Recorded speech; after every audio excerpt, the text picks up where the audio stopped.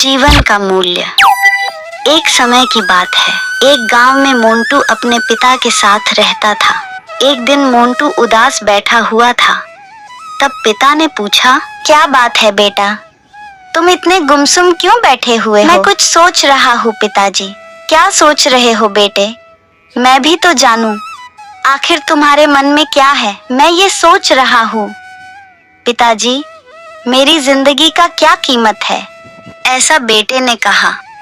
तब पिताजी मुस्कुरा उठे और कहा, अच्छा तो ये बात है, अगर तुम जिंदगी का कीमत समझना चाहते हो तो जैसा मैं कहूँगा वैसा करना पड़ेगा। बेटा तैयार हो गया और दोनों घर चले जाते हैं।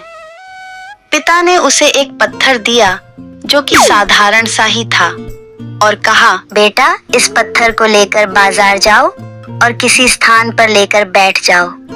कोई इसकी कीमत पूछे तो कुछ मत कहना, बस अपनी 2 उंगलियां खड़ी कर देना। बेटा बाजार चला गया और एक जगह पर पिताजी का दिया हुआ पत्थर लेकर बैठ गया। उसे वह बैठे हुए कुछ समय ही गुजरा था कि एक औरत पास आई और पूछने लगी, बेटा ये पत्थर की क्या कीमत है? मोंटू कुछ बोला नहीं, बस अपने पिता के कहे अनुसार अपनी 2 उंगली खड़े कर दी। अच्छा बेटा, 200 रुपये ठीक है, इस पत्थर को 200 रुपये में खरीदने को तैयार हूँ, मुझे ये पत्थर दे दो। उस औरत की बात सुनकर मोंटू हैरान रह गया। उसे अंदाजा ही नहीं था कि एक साधारण से दिखने वाला पत्थर 200 रुपये की होगी। मोंटू ने वह पत्थर बेचा नहीं और उसे लेकर घर आ गया और सारी बात अपने पिता को बताई। बेटा इस बार तुम इस पत्थर को लेकर म्यूजियम में जाना और इस बार की तरह ही कोई कीमत पूछे तो 2 उंगली ही खड़ी करना। मोंटू पत्थर लेकर म्यूजियम चला गया। वहां भी एक आदमी ने उस पत्थर का कीमत पूछा। मोंटू ने कुछ न बोलते हुए अपनी 2 उंगली खड़ी कर दी। आदमी बोला, अच्छा बेटा 20,000 रुपए ठीक है, ये पत्थर मुझे दे दो, मैं इसे खरीदने के लिए तैयार हूँ। मोंटू यह सुनकर दंग रह गया। उसे यकीन ही नहीं हो रहा था कि कोई उस पत्थर के 20,000 भी दे सकता है। पत्थर बेचने से मना कर वह भागते हुए घर आ गया। वहाँ उसने पिता को म्यूजियम वाली सारी बात बताई। तब पिता ने कहा, अब मैं तुम्हें आखिरी जगह भेजता हूँ, उस पत्थर को लेकर अब तुम कीमती पत्थरों के दुकान पर जाओ। वहां भी कोई तुमसे इसकी कीमत पूछे तो कुछ न कहकर सिर्फ 2 उंगली ही दिखाना। मोंटू तुरंत एक कीमती पत्थरों की दुकान में पहुंचा। उसके हाथ में वो पत्थर देख दुकानदार उसके पास आया और बोला, अरे ये पत्थर तुम्हारे पास कैसे? ये पत्थर को मैं कई साल से तलाश रहा हूँ, ये पत्थर तुम मुझे दे दो और बताओ इसके कितने पैसे लोगे? मोंटू ने फिर 2 उंगली खड़ी कर दी। अच्छा 2 लाख रुपए ठीक है, मैं अभी पैसे देकर तुमसे ये पत्थर खरीद लूंगा, आदमी बोला। 2 लाख सुनकर मोंटू भौंचक्का रह गया। यह कीमत तो उसकी सोच से भी बाहर थी। खैर उसने वो पत्थर नहीं बेचा। उसके बाद वह घर आ गया और अपने पिता से कहा, यकीन ही नहीं हो रहा कि उस पत्थर के कोई 2 लाख रुपए भी देने के लिए भी तैयार है। ये कैसा पत्थर है पापा? इसके कोई 200 देता है तो कोई 20,000 और तो कोई 2 लाख रुपए भी देने को तैयार है। पिता बोले, बेटा तुमने अपनी जिंदगी की कीमत पूछी थी ना, इस पत्थर को अपनी जिंदगी की जगह रखो और अंदाजा लगाओ अपनी जिंदगी की कीमत का। इस पत्थर की कीमत अलग अलग स्थान पर अलग अलग थी, वैसा ही जिंदगी के साथ भी है। तुम्हारे जिंदगी का कीमत इस बात पर निर्भर करती है कि तुम खुद को कहाँ पर रखते हो। यदि तुम खुद को 200 रुपए वाली जगह पर रखते हो तो तुम्हारी जिंदगी की कीमत 200 रुपए होगी। यदि तुम अपनी जिंदगी की कीमत 20,000 वाली जगह पर रखते हो तो तुम्हारी जिंदगी की कीमत 20,000 रुपए होगी। अगर तुम 2 लाख रुपए वाली जगह पर रखोगे तो तुम्हारी जिंदगी की कीमत 2 लाख रुपए होगी।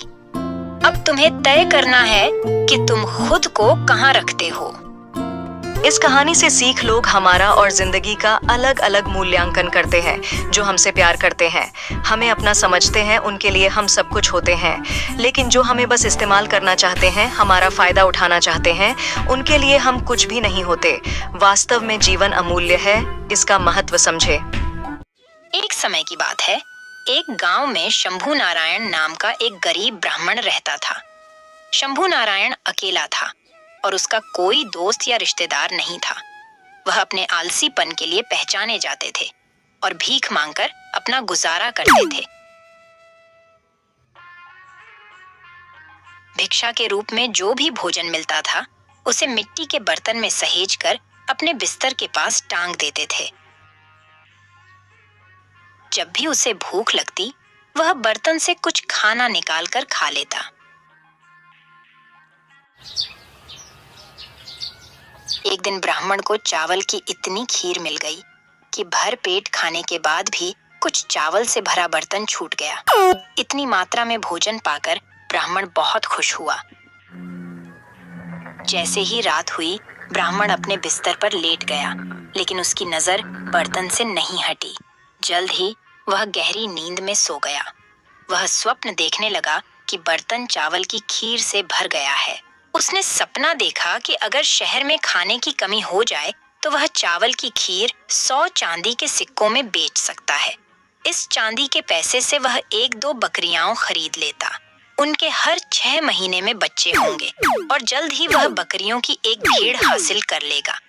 फिर वह भैंसों और गायों के लिए बकरियों बचेगा। तब वे अपने बच्चों को जन्म देंगी। वे बड़ी होकर खूब दूध देंगी। वह बाजार में दूध का व्यापार करता और दूध से मक्खन और दही बनाता। फिर वह उस मक्खन दही का बाजार में व्यापार करता। इस तरह वह पहले से कहीं अधिक समृद्ध हो जाएगा। इस पैसे से वह एक आयत में 4 घरों वाला एक बड़ा घर खरीद लेगा। एक समृद्ध ब्राह्मण उसके लिए एक जीवन साथी को देखने के बाद अपना विवाह उससे कर देता था। जल्दी से पत्नी एक बेटे को जन्म देगी और वह उसे गोपाल नारायण कहेगा। जब गोपाल दिन भर शोर मचाता हुआ इधर उधर खेलता रहता तो ब्राह्मण उसे दंड देता, लेकिन गोपाल ने नहीं सुना और उत्सुकता से ब्राह्मण एक छड़ी खींचता और उसके पीछे दौड़ता।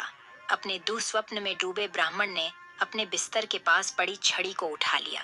उसने डंडे से हवा में वार करना शुरू कर दिया। ऐसा करते समय उसने मिट्टी के बर्तन को छुरी से तोड़ दिया। बर्तन टूट गया और सारा चावल उसके ऊपर गिर गया।